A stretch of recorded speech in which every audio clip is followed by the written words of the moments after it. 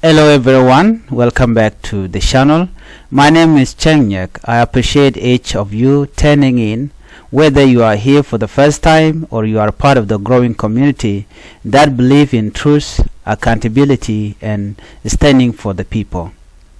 Today we are diving into two developments in South Sudan, one involving the controversial rise of Benjamin Bol Mel, the Vice President of South Sudan, despite ongoing U.S. sanctions, and another about deadly communal violence in Tonj East County that left innocent people dead.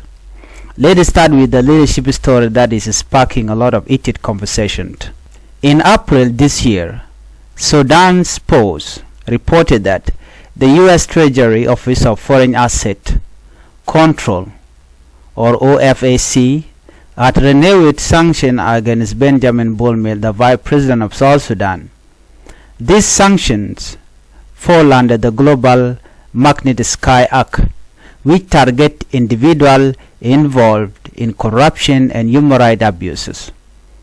Bol Mel was accused of looting public funds through a complex work of companies, including ABMC, where he served as a chairman.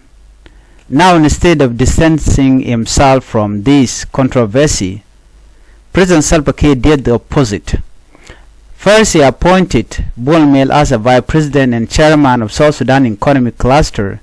That move alone triggered warning from the international community, who made it clear promoting someone under U.S. sanction could bring serious consequences. But President Kiir wasn't done. Recently, he elevated Mel again, this time to first deputy chairman of the SPLM, the ruling party, and that position. It is considered one of the final stepping stones to the presidency. This decision caused a major uproar among civil society groups and human rights defenders. One of the loudest voices was Dr. Remember, Miamingi, a legal advisor with the Reclaim campaign, he called the move, and I quote, a brazen step toward state capture. Let that sink in. State capture, that is when private interests dominate public decision making. Dr. Miamingi also made it clear this appointment isn't just political reckless, it is illegal. It goes against Article 121 of South Sudan Transitional Constitution. We say public official can engage in private commercial ventures. It also violates the revitalized peace agreement. We demand transparency and accountability in government appointment. But beyond the legal and moral arguments, there is a bigger concern: our economy. South Sudan is already on the financial action task force grey list for failing to meet anti-money laundering standard. Elevating a sanctioning businessman could scare away international donors like the IMF and World Bank. Why? Because working with designated individuals violate their anti-corruption guideline. That means less funding for infrastructure, education, healthcare, you name it. If South Sudan want to move forward, we need leadership that respect the law, not power games that risk isolating us even more on the global stage. Now shifting to another serious issues, communal violence in Tonj East County in Warrap State. On May 27, violence broke out between two communities in Tonj East. It started early in the morning around 6 a.m. and unfortunately it lasted for 3 days. There is at least 7 people killed and 4 more injured. As of May 28, the fighting had escalated and while the exact reason behind it remains unclear, the destruction is all too real. Families are grieving, children are traumatized, communities are once again being torn apart by cycle of violence in South Sudan.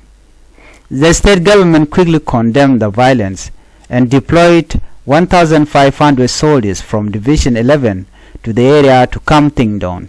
SSPDF were deployed. They also appealed to the national government to send in reinforcement to stop the bloodshed and restore order.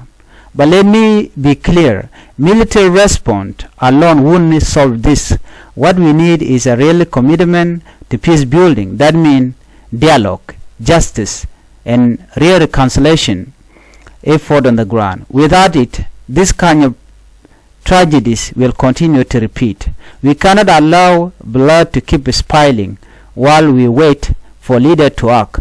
Both communities must be urged to lay down arms, prioritize peace, and begin the farming season without fear.